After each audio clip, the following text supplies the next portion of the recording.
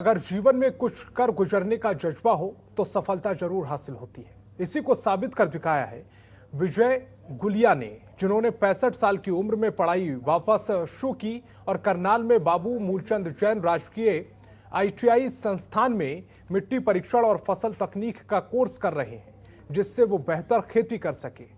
इसी पर हमारी ये रिपोर्ट देखिए।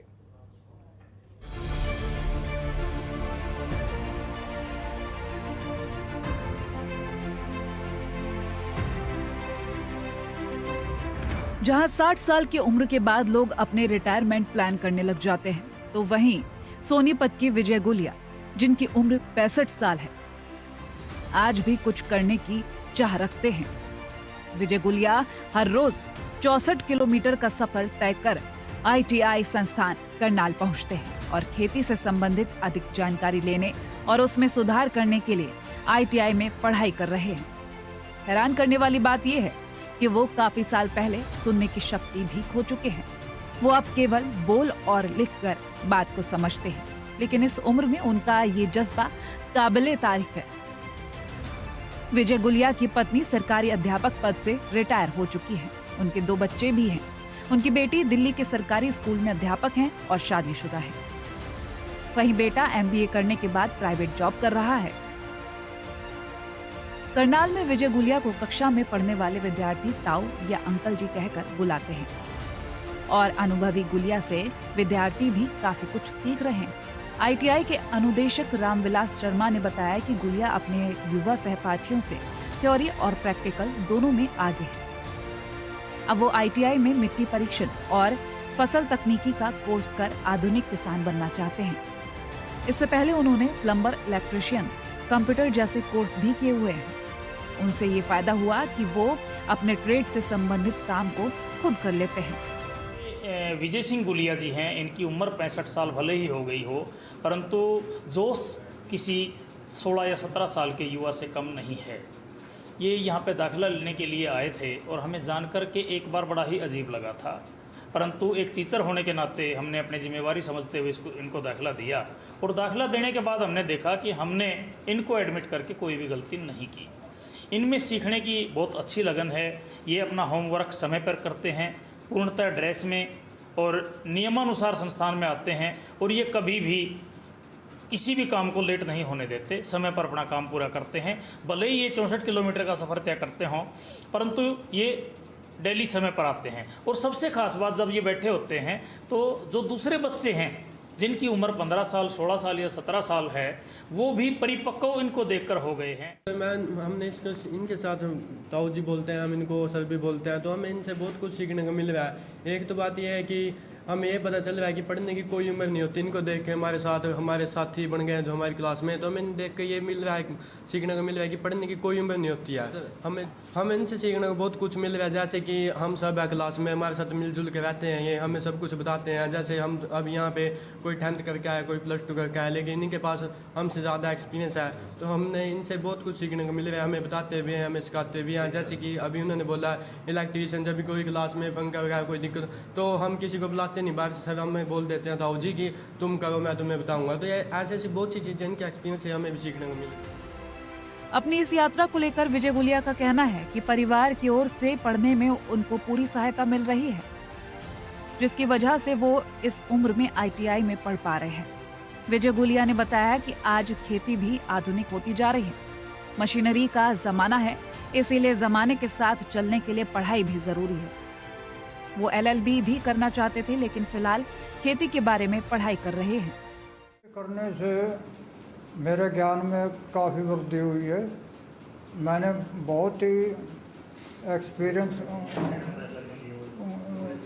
ट्रेड करने से मुझे बहुत एक्सपीरियंस हुआ है।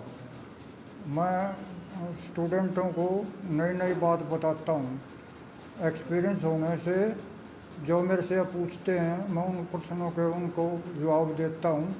चाहे ट्रैक्टर मैकेनिक हैं, चाहे सोइल टेस्टिंग एंड क्रॉप के हैं, चाहे कोपा के हैं, हर एक का मैं जो है, कोई मेरे से स्टूडेंट क्वेश्चन पूछता है, हर एक को मैं उत्तर बताता हूँ कि इसका ऐसे सॉल्यूशन होगा। हर स्टूडेंट मेरे से संतुष्ट है कि आपका जवाब ठीक है। मैंने बीए 1979 में बीए कर ली थी। उसके बाद मैंने 4-5 साल टीवी का काम रिपेयर का किया, ब्लैक एंड वाइट का।